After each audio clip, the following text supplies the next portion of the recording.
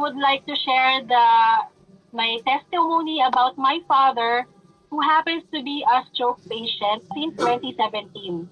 His knees began hardened and cannot walk straight anymore.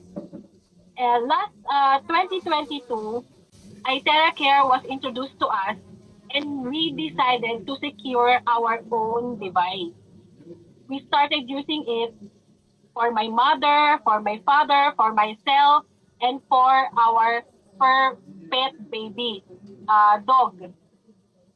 And then we started using it. Then my mother booked an appointment for their every 6 month checkup, and the result was amazing.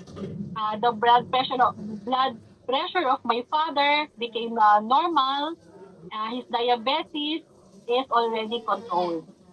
And I also noticed that his hair grew black and then white, because right now he is already 79, and he will be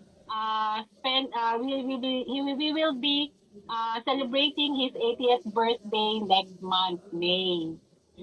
This last March, he experienced of having a severe edema in his feet, went up to his legs and his body. So I decided to blow him every 4 hours consistently. And I monitored his oxygen level. He drinks his oxygen water. For me, it's like a magic, because he was able to pee 4 liters in 2 days. So right now he is doing good, and we continue using the iTeracare for prevention.